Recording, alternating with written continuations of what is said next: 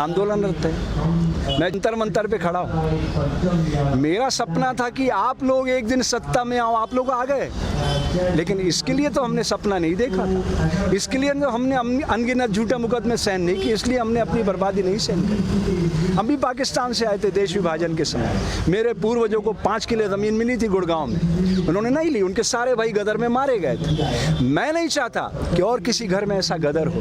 Please आप मेरी भावना समझिए नरेंद्र भाई, आपने कोई बलिदान नहीं दिया देश के लिए, आपके घर से कोई मरा नहीं है। जिनके घरों में लाशें बिछती है ना, वो उस दर्द को जानते हैं। तो इस दर्द को समझिए नरेंद्र बाबू, इसमें आपका, मेरा, समाज का, देश का, मानवता का हित निहित है।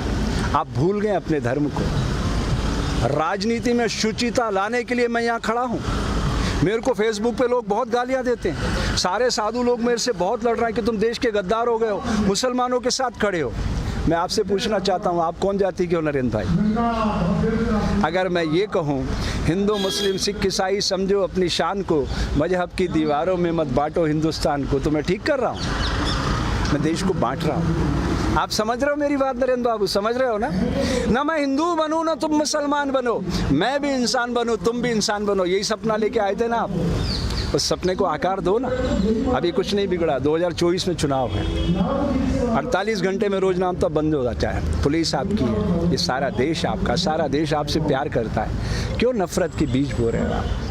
मैं अंत में इतना कहना चाहता हूँ मेरे दोस्त नरेंद्र बाबू, प्रकृति सदैव हिंसा का फल दुख, दया का फल आनंद बरसाती रहती है। इसके खिलाफ मैं जानता हूँ ये देश आपका कुछ नहीं बिगाड़ सकता, क्योंकि आपके पास 303 लोग, लेकिन उस कायनात की शक्ति को आप जानते हैं ना। आपको तो अच्छे से पता है अटल जी की मौत कैसे हुई। बोल दूँ मीडिया पर, लाल टपकती रही, अंत में 2 दिनों तक आपने एम्स में छुपाए रखा उनकी मौत को, मालूम है ना?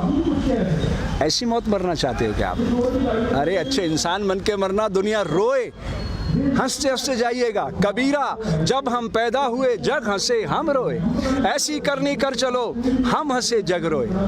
ऐसे मरोगे लाल टपकाते टपकाते, आपको अच्छा नहीं लगेगा। ये राम मंदिर का सपने की स्क्रिप्ट किसने लिखी थी?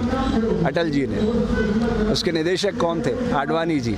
और आप उसके मार्केटिंग हेड थे, याद है ना? उसी रथ पे खड़े होकर चिल्लाते थे आप। मुझे तो एक एक दृश्य याद है। मुझे वो भी याद है 25 जून 1975 की रात, दरमियानी रात, जब कलेक्टर ने मुझे बुलाया था और आप आदिपुर भाग गए थे। मुझे एक एक दृश्य याद है नरेंद्र बाबू, मैं भूला नहीं हूँ। इसलिए आपको याद दिलाना चाहता हूँ दोस्त, ये समय फिर नहीं आएगा। जिन्हें शक हो वो करे और खुदाओं की तलाश, हम तो इंसान को दुनिया का खुदा कहते हैं। मिटा दे अपनी हस्ती को अगर कुछ मर्तबा चाहे, कि दाना खाक में मिलकर गुले गुलजार होता है। तुम गलत दिशा में जा रहे हो नरेंद्र, कल पछताओगे। आज जहां हम हैं कल कोई और था, ये भी एक दौर है, वो भी एक दौर था। कितने और कितने चलेगा। वो डोवाल कह रहा था, अजीत बाबू, वो क्या नाम है उसका तुम्हारा NSA वाला, क्या कह रहा था वो? इतिहास लिख रहे हो आप, ये और इतिहास शक्ति से लिखा जाता है। आप भूल रहे हो नरेंद्र बाबू। ये आंसू देख रहे हो ना, अहिंसा और सत्य के आंसू है। महात्मा गांधी, तुम्हारे जैसे लाखों करोड़ों नरेंद्र खड़े हो जाए ना एक पलड़े पे, महात्मा गांधी के समक्ष एक तिनका भी नहीं है। पता है क्यों? अहिंसा और सत्य को उन्होंने अपने जीवन में उतार लिया था। कितना भी अपमान किया, वो बैरिस्टर थे। तुम कितने पढ़े लिखे हो तुम्हें अच्छी तरह से पता है।